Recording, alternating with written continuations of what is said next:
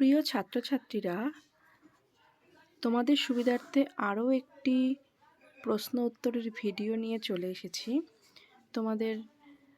আমাদের পরিবেশ বইতে 118 পৃষ্ঠায় রয়েছে মানুষের কত রকম সম্পর্ক। এই চ্যাপ্টারের যে প্রশ্নগুলি হবে সেগুলো আমরা দেখে নেব। এখানে 118 পৃষ্ঠা দেখো, লেখা রয়েছে ওপরের ছবিগুলি দেখো, কোন ছবিতে কি দেখতে পাচ্ছ নিচে লেখো। ওপরের ছবিতে কি দেখা যাচ্ছে? 1 নম্বর ছবিতে যে কেউ একজন ঝাঁট দিচ্ছে, সেটাই লিখবে। 2 নম্বরে মৌমাছিরা ফুল থেকে মধু সংগ্রহ করে সেই মধু সঞ্চয় করছে। তারপরে হাটে জিনিসপত্র বিক্রি হচ্ছে। তারপর এখানে কিছু পশু, হাতির ছবি রয়েছে, তারপরে বানরের ছবি রয়েছে, কিছু মানুষজন রয়েছে। এগুলি দিয়ে বোঝাতে চেয়েছে যে পরিবেশের সঙ্গে মানুষের এবং অন্যান্য পশু পাখি, অন্যান্য প্রাণীর পারস্পরিক সম্পর্ক। পরবর্তী পৃষ্ঠা। এই পৃষ্ঠার সমস্ত পাঠ্যাংশ তোমরা পড়বে। তারপরের পৃষ্ঠার পাঠ্যাংশ পড়ার পরে নিচে একটি ছক আছে, দেখো। নিচের ফাঁকা স্থান পূর্ণ করো। কি করে পূর্ণ করতে হবে? চোখ প্রথমটা করে দিয়েছে। প্রধান অসুবিধা কি? দেখতে না পাওয়া। সেক্ষেত্রে কান লিখে দিয়েছে জিহ্বা। প্রধান অসুবিধা কি? স্বাদ না পাওয়া। যার এই অসুবিধা আছে সে বন্ধুদের থেকে কি সাহায্য পেতে পারে? বন্ধুরা তাকে বুঝিয়ে দেবে বা বন্ধুরা তাকে বলে দেবে যে এটার এই স্বাদ। তারপরে পা এবং হাত, এটার প্রধান অসুবিধা কি? চলতে না পারা, কাজ করতে না পারা। এক্ষেত্রেও বন্ধুরা সহযোগিতা করবে। পরবর্তী পেজে দেখো রয়েছে একটি ছক। প্রথমেই তোমার প্রয়োজন খাবার, জামাকাপড়, ওষুধ।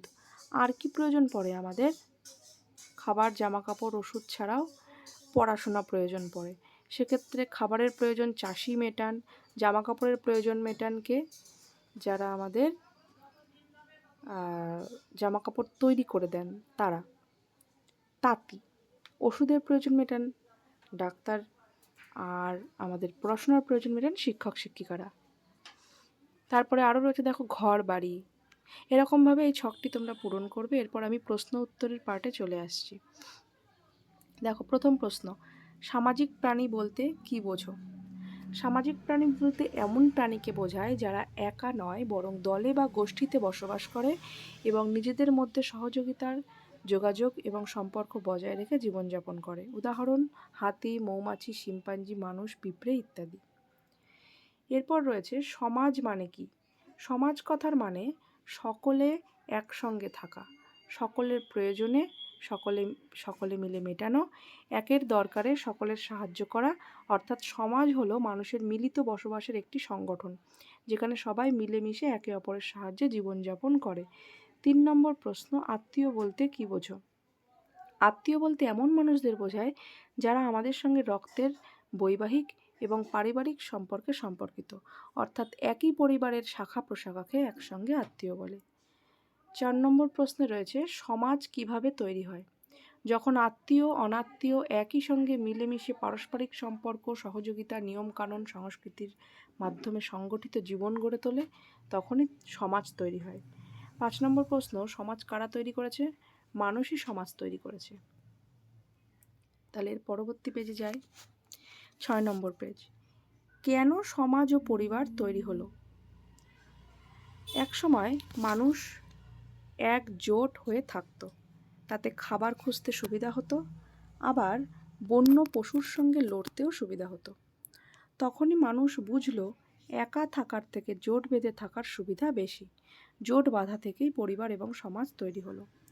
7 নম্বর প্রশ্ন, পরিবার বলতে কি বোঝো? পরিবার হলো কয়েকজন মানুষের একটি ছোট দল যারা একসাথে থাকে। বাবা মা, ঠাকুরদা ঠাকুরমা, ভাই বোন বা অন্যান্য আত্মীয়রা মিলেই পরিবার গড়ে ওঠে।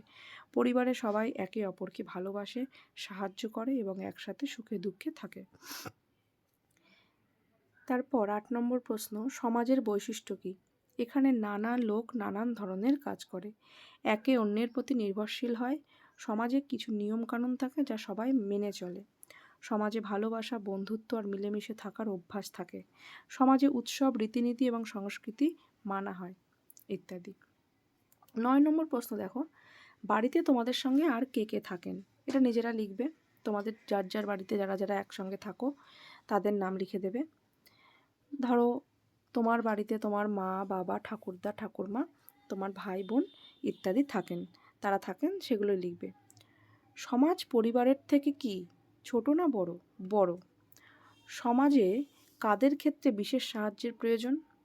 আমাদের সমাজের এমন অনেকেই আছেন যারা জন্ম থেকে চোখে দেখতে পারেন না, কানে শুনতে পায় না, ঠিকমতো চলাফেরা করতে পারে না, আবার রোগে আক্রান্ত হয়ে বা দুর্ঘটনার কবলে পড়েও অনেকের নানা অঙ্গের মারাত্মক ক্ষতি হয়।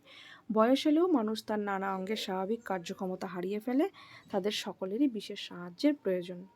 এই বিশেষ সাহায্যপ্রাপ্ত ব্যক্তিদের ক্ষেত্রে সব কাজে সাহায্যের দরকার হয় না, এমনকি এরাও পরিবারে ও সমাজে নানান কাজে সাহায্য করে।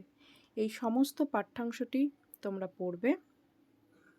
পড়ার পরে যদি কোথাও অসুবিধা হয় আমাকে এখানে মেসেজ করতে পারো। আর তোমাদের সুবিধার্থে এই প্রশ্ন উত্তরগুলি আমি তৈরি করেছি। এরকমই পরবর্তী পৃষ্ঠার প্রশ্ন উত্তর পাওয়ার জন্য আমার চ্যানেলটিকে অবশ্যই সাবস্ক্রাইব করে রেখো, যাতে তোমরা সহজেই পেতে পারো।